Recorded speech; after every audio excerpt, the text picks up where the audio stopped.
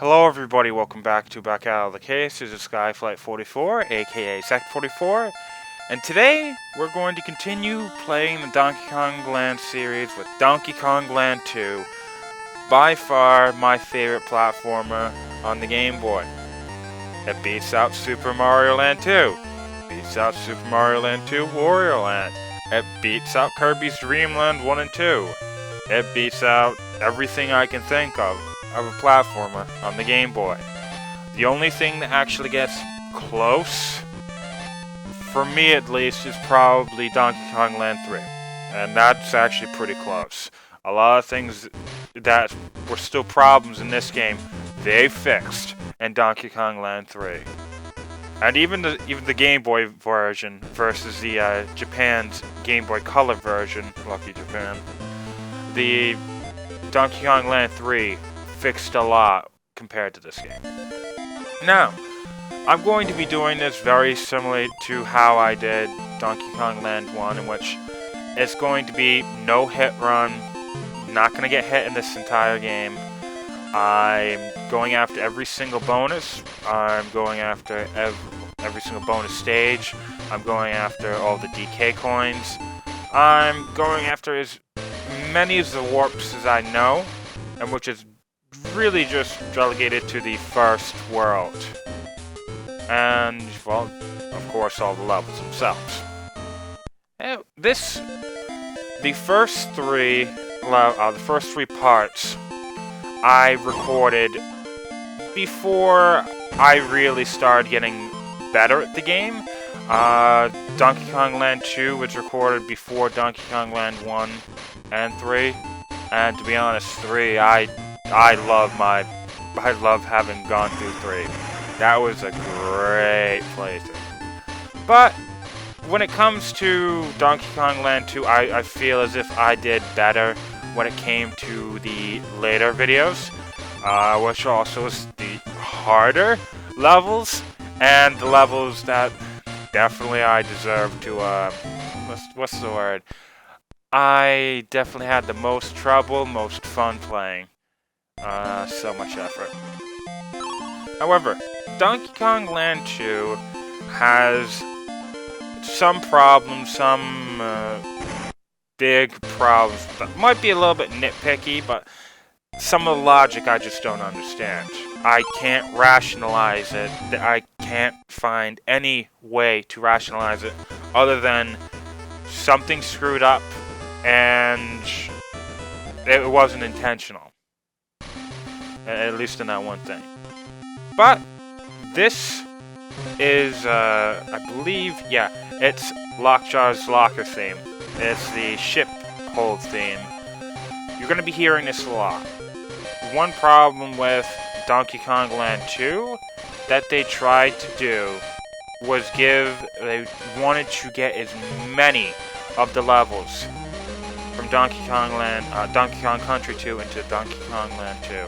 At least the stage themes and all.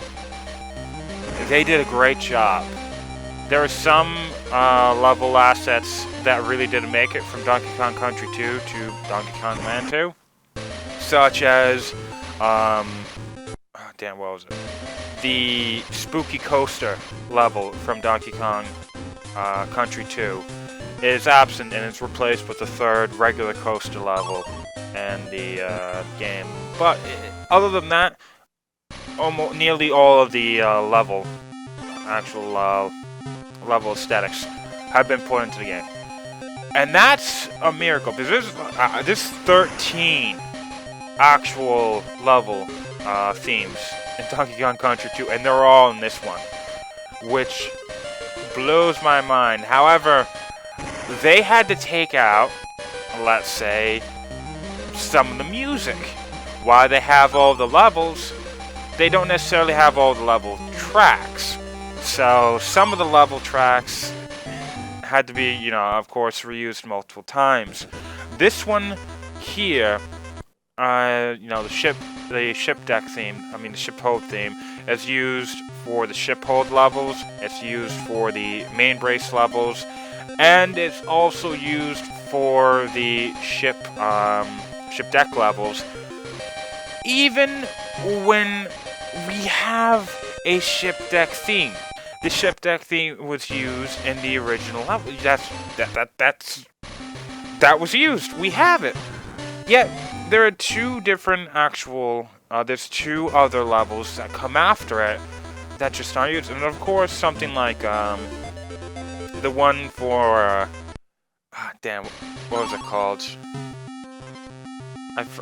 Ratley's level on the ship deck. Forgot what it was called in Donkey Kong Country 2, but they had a remix track of the ship deck level, or the ship deck theme, and, well, of course that's not going to be in it, but we still did actually have a ship deck theme, and it could have been used, it should have been used in the rest of the actual ship deck levels, just because, holy crap, we go through so much hearing just this theme. The ship hold theme is spread across 8 levels and the first 2 worlds. And just so you know, there's 15 levels about within the first 2 worlds. Over half of them are this theme. Half of them use this theme. And it has to be some kind of mistake. It has to be some kind of mishap in the coding or something. And it used this for the other 2. I cannot rationalize in my head why you would make another track and put it into the game if you're going to use it once. And that's probably my biggest nitpick with the game. Some of the other music tracks that are used again are, what was it called?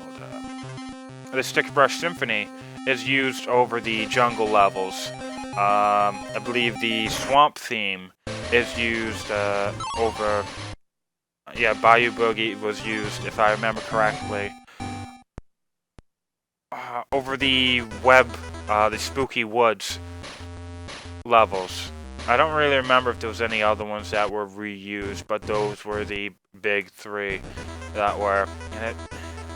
And it's fine. It's just I don't really actually care too much about it, except for these stages.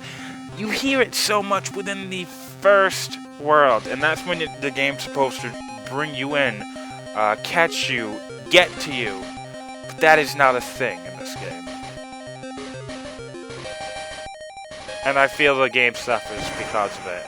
When I feel like playing this game, it's fine, but if I just think about wanting to play it, and I'm not, half-heartedly playing through it, I'm probably going to put it down because of this. Sorry, but that's just me. Oh yeah, that's another thing I was getting. I was getting all the Kong letters. Almost forgot about that. But, the later actual levels in this game really start to show off some of the other problems this game has, but a lot of the ways in which this game actually fixed the problems of DK Land 1. Now, I've said it before, but Donkey Kong Land 2 is what they wanted to do with Donkey Kong Land 1. And to be honest, in a lot of other aspects, Donkey Kong Land 3 is what they wanted to do with Donkey Kong Land 2. But I still think this game has better level design, better music, and just more interesting themes. But that's just me. And not to mention, I also think that the enemy design was always better at Donkey Kong Country 1 and 2, specifically 2 over 3. I've had a lot of problems with there's a lot of things I just don't like about Donkey Kong Land 3's and Donkey Kong Country 3's enemy design. Though it's less in the regular critters and it's more of in the Kremlings. I've never really liked it, but oh well. One way in which this game actually did better than the original Donkey Kong Land, and one of the reasons why I know this is what they wanted to do with the original Donkey Kong Land, but they could only do with this one. There's Donkey Kong Land 2 fixes the momentum problem, and it fixes the screen crunch problem, the screen locking problem, which brings a far closer experience to the Donkey Kong Country games than Donkey Kong Land did.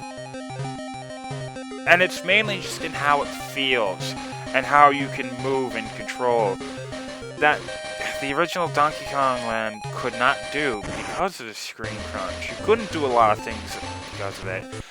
The game felt sluggish, and one of the reasons why was because all the Kongs were they were large, they moved, they covered a lot of the screen, and the game wasn't optimized. The game just could not process what it was doing as well as something like Donkey Kong Land 2 and Donkey Kong Land 3, and which the screen moves with you quite a lot more. You can still die from it in Donkey Kong Land 2, but I've never died by it by Donkey Kong Land 3.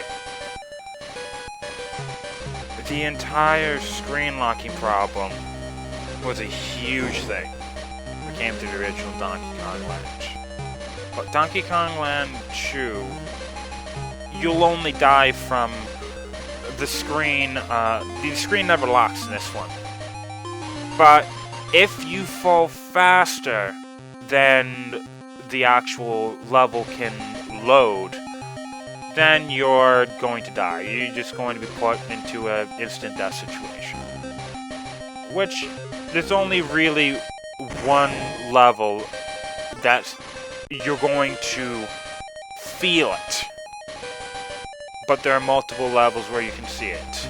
That last Arctic level, you're going to feel it. Because it's a downwards level with ice, and even worse. Oh yeah, I missed that life now. But even worse. Oh crap. Just the faster you get, the more likely you to die, and it's bothersome.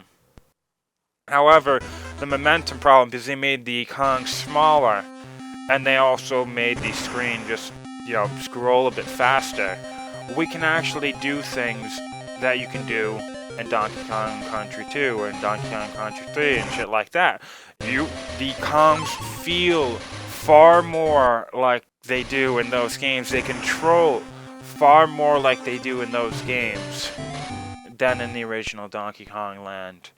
And because of this, I don't really think, and not to mention, making the Kong smaller and making the screen go farther and, just faster makes completely screen crunch isn't an issue unless you're maybe using Squidder. Other than that, when you're playing the regular game, screen crunch is not really a thing. Though, it's still smaller. The area is smaller than Donkey Kong Country. It's really easy to actually go and... It's really easy to know where you have to go, where you want to go, and just being able to do everything. Again, this is the game they wanted to make with Donkey Kong Land 1. And it shows. It really does show. But, oh well. See you, everybody. Next time, we're going to continue more with Donkey Kong Land 2.